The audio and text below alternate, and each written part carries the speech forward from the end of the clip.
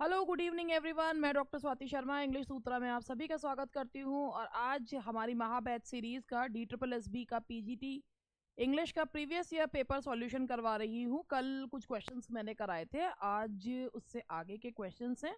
उसमें से कुछ ग्रामर के क्वेश्चंस भी हैं जो मैं लेकर आई हूँ। अब इसे थोड़ा सा लेवल और भी बढ़ाएंगे कि भाई जो उसमें आता है कि कौन सी स्टैंडर्ड इंग्लिश वाले हैं, ये सब भी मैं करवाऊँगी। तो आज है हमारा DSSB PGT इंग्लिश का, और ये है हमारा DSSB इंग्लिश का पेड बैच। और ये आज से शुरू हो गया है।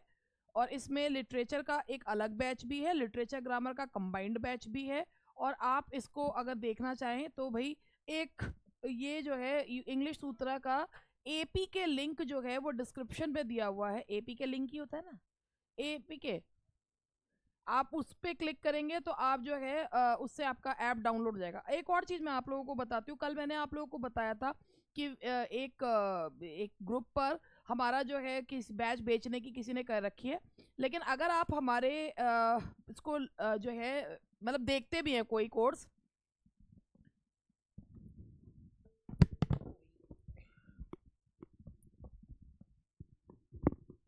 अगर आप हमारा कोई कोर्स देखते हैं और आपके पास किसी व्हाट्सएप ग्रुप से कोई मैसेज आता है, तो मैं आपको एक चीज़ बता देती हूँ। एक ये हमारा ही नंबर है, ये हमारा AI नंबर है। मतलब कि हमारा जो है ये एक AI नंबर है, व्हाट्सएप नंबर है। ये AI से जो है आर्टिफिशियल AI होता है ना, आर्टिफिशियल इंटेलिजेंस, वो अपने आप जो है वो ये मैसेजेस आपके व्हाट्सएप पे भेजते हैं। अगर आपको कभी इस वाले नंबर से मैसेज आता है 9068022088, तो ये हमारा ही नंबर है, ये हमारा ही नंबर है। ये ऐप हमारा इस नंबर से आपको व्हाट्सएप पे मैसेज भेज देता है। ये फ्रॉड नंबर नहीं है, ये हमारा ही नंबर है। ठीक है जी, चलो बस मुझे यही बताना था, क्योंकि जब से कल से मैंने बताया है मेरे स्टूडेंट बड़े परेशान हो रहे हैं, मैडम ये कहीं फ्रॉड तो नहीं है। तो भाई अगर हमारे उसके मतलब ये वाले नंबर के अलावा कोई आता है तो वो फ्रॉड है। ये हमारा ही व्हाट्सएप नंबर है। अगर आप मान लीजिए स्टोर पे जाके कोई कोर्स देखते हैं, तो कोर्स देखने के बाद जो है वो आपको एक जेंटल रिमाइंडर देते हैं कि अगर आपको कोर्स अच्छा लगा तो खरीद लो। तो ऐसे जेंटल रिमाइंडर देते हैं, और कोई बात नहीं है। ठीक है जी, थोड़ा सा माइक लगा रही हूँ, फिर आती हूँ अभी।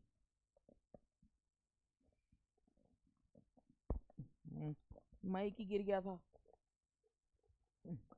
हाथ में पकड़ के जो है इस माइक को मुझे बोलना पड़ेगा। नहीं लग रहा ना,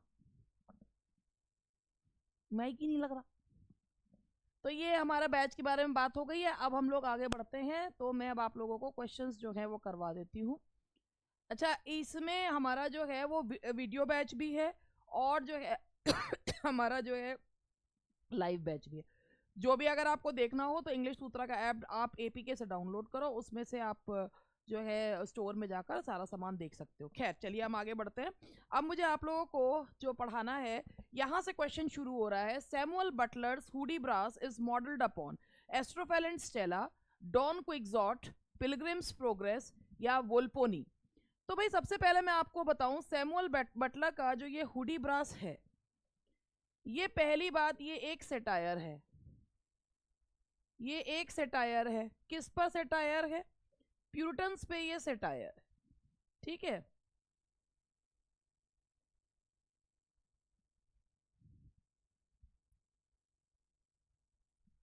प्यूरिटन्स पर ये सेटायर है।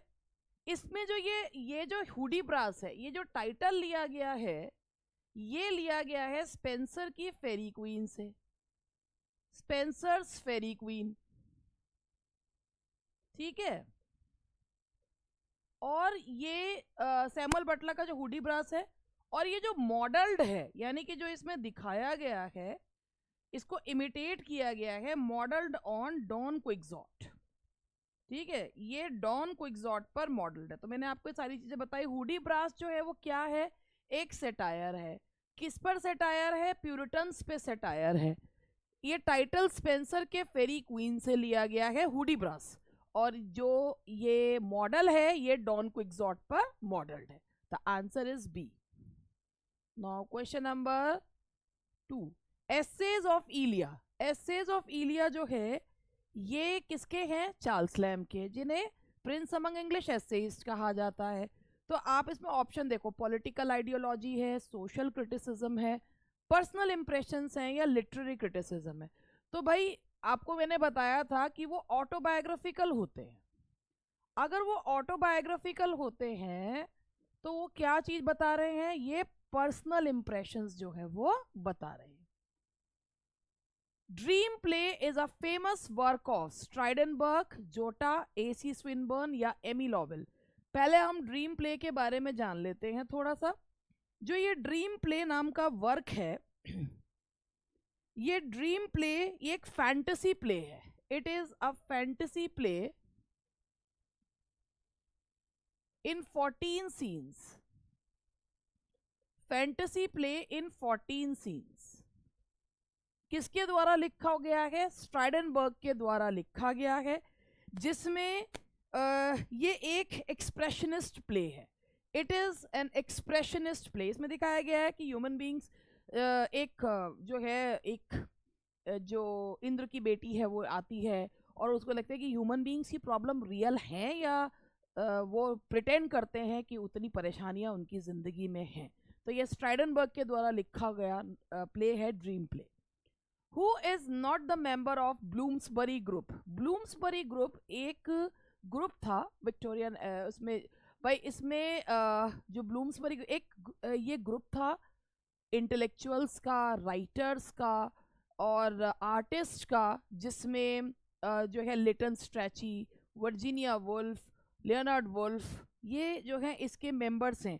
कीन्स, इसमें जो मेंबर्स हैं इसके वो हैं Virginia Woolf, J M. Keynes, E.M. Forster, Vanessa Bell and Lytton Strachey. Lytton Strachey वही हैं जिन्होंने एमिनेंट विक्टोरियंस लिखा है। E.M. Forster, Leonard Woolf, Lytton Strachey ये सारे इसके मेंबर्स हैं। जे.एम. कीन्स भी हैं, मगर जॉर्ज बर्नार्ड शॉ इसके मेंबर नहीं है।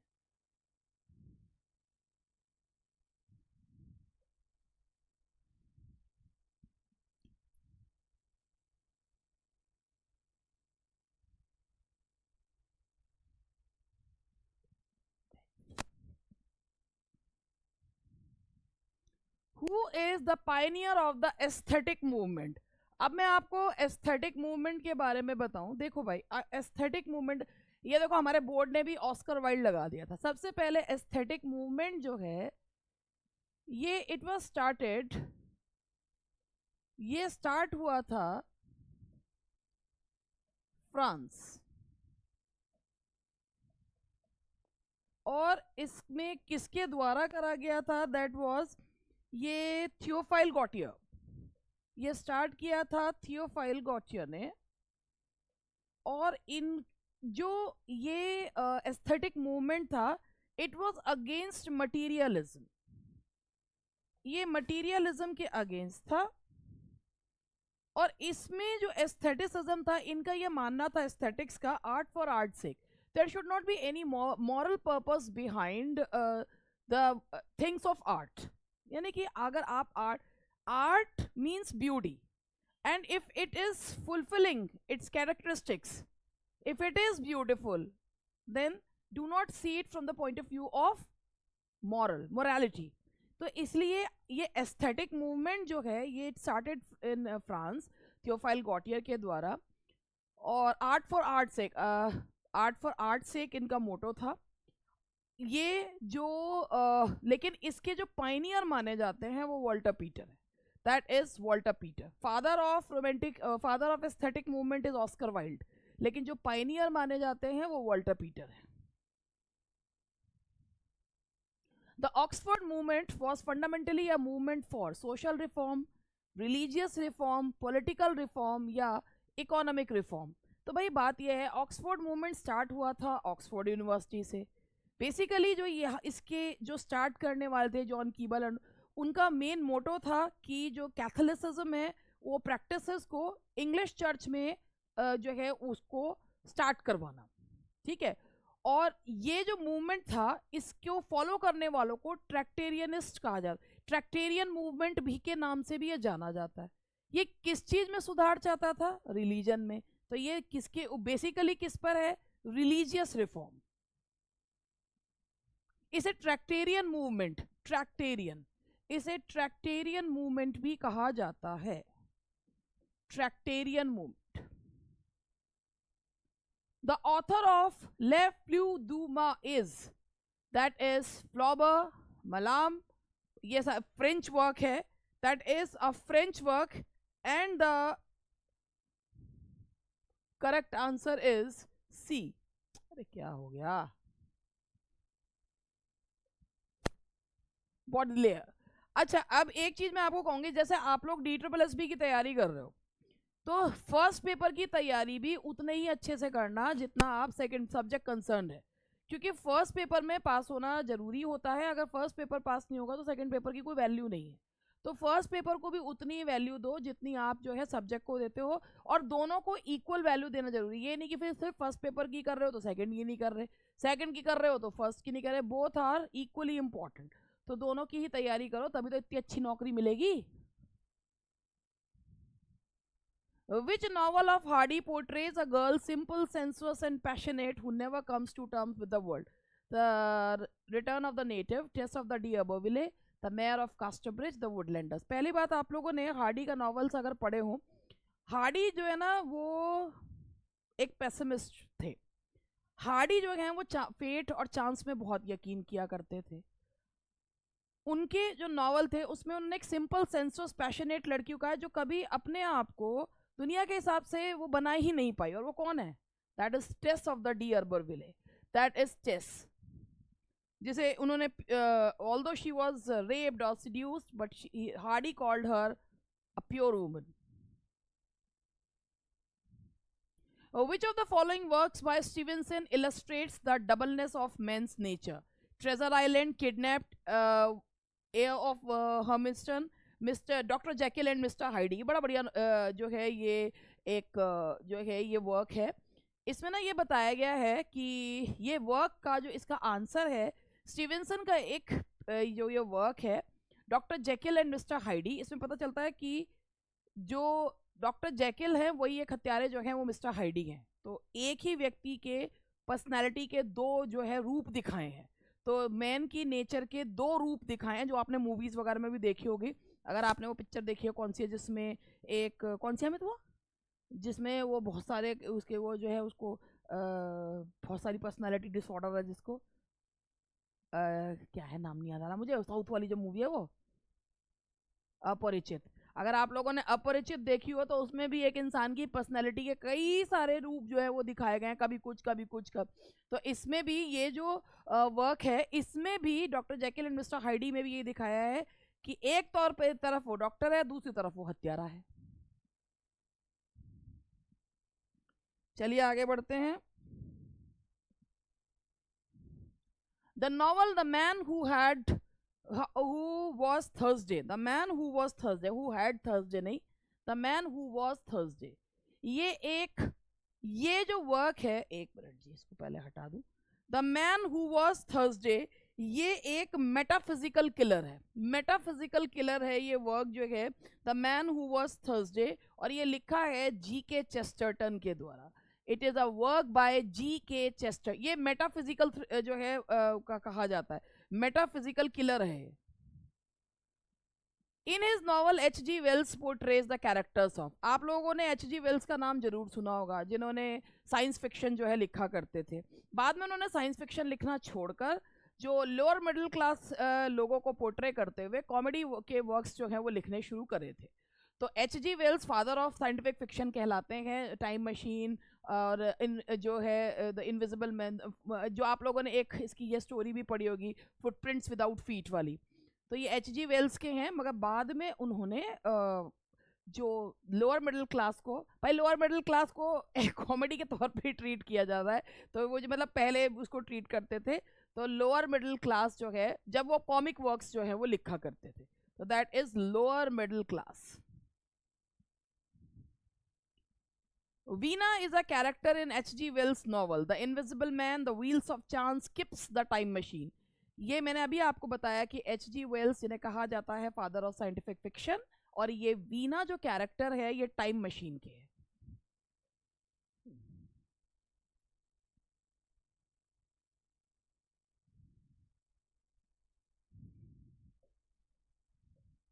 The time machine. Joseph Conrad's novel deals with the adventures and romances of mountain life, sea life, city life या social life. तो जोसेफ कॉनरेड के जो नॉवेल्स हैं वो सी लाइफ से, वो बताते हैं सी लाइफ के एडवेंचर और रोमांसेस को बताते हैं.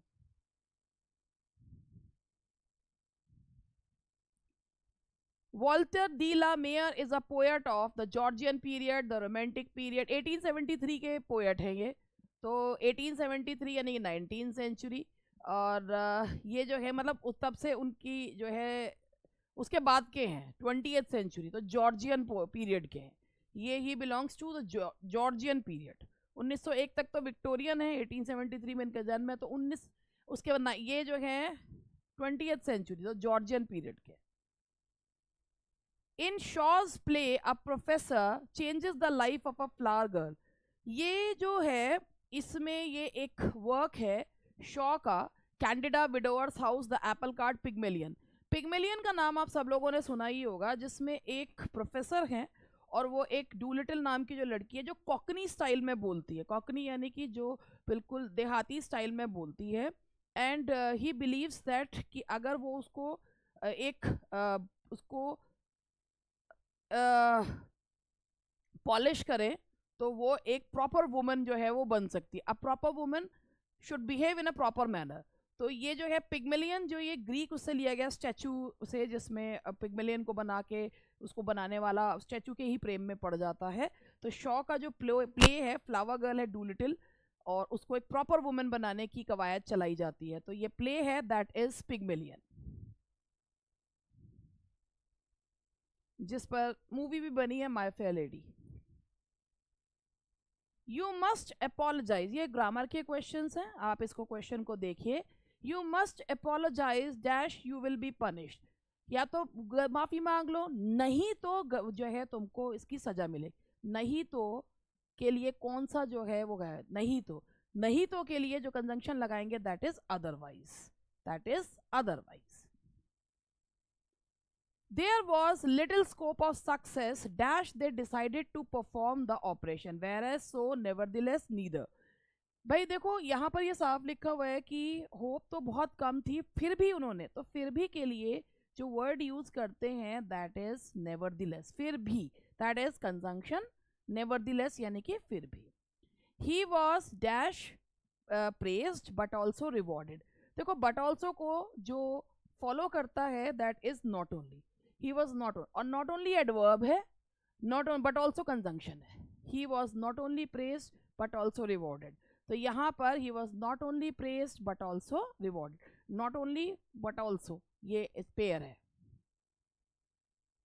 What did you pay for this? अब इसमें आपको ये बताना है जो underlined word है ये है क्या. What did you pay for this? तुमने इसके लिए आप ये देखो जो सब्जेक्ट के तौर पे यूज होता है वो या तो नाउन होता है प्रोनाउन होता है. तो व्हाट डिड यू पे फॉर दिस, तुमने इसके लिए क्या, व्हाट. तो ये क्वेश्चन पूछ रहे हैं, कुछ दिखा नहीं रहे हैं, तो ये जो है डिमॉन्स्ट्रेट नहीं कर रहे हैं, तो ये बांट नहीं रहे हैं कुछ, तो ये क्या है, क्वेश्चन पूछ रहे हैं. और क्वेश्चन पूछने में ये कौन सा प्रोनाउन है, that is interrogative pronoun. They keep away from each other. देखो ईच अदर और वन अनदर दो जो होते हैं वो रेसिप्रोकल प्रोनाउंस होते हैं, जो फीलिंग्स को रेसिप्रोकेट करते हैं. तो ईच अदर जो होता है वो दो के लिए यूज होता है, वन अनदर दो से ज्यादा के लिए यूज होता है. तो they keep away from each other, वो एक दूसरे से दूर हो गए. तो एक दूसरे के सेंस में ये कौन सा है, दैट इज रेसिप्रोकल.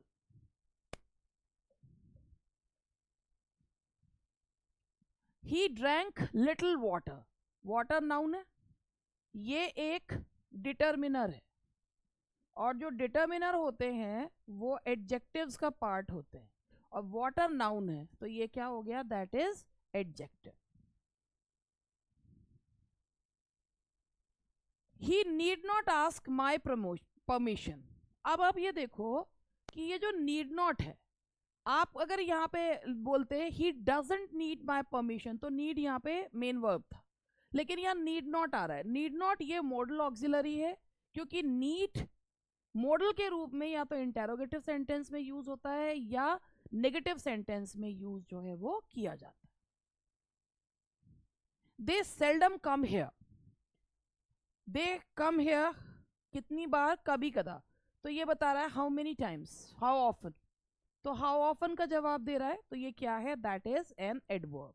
ये क्या है, एडवर्ब। ये हो गया आज का जो सेशन था वो खत्म, और आज के लिए इतना ही, मिलते हैं कल, bye bye. May God bless you, भगवान आपको खूब जो है सद्बुद्धि दे, पढ़ने की इच्छा दे, और फोकस्ड जो है होने की, सबसे पहले आपको फोकस्ड होने का जो है वो, एक मिनट, फोकस, पहले मैं इनसे बात कर लूँ। फोकस्ड होने का आपको जो है वो भगवान आपको एक आशीर्वाद दें। ठीक है, आप बताओ क्या कह रहे थे।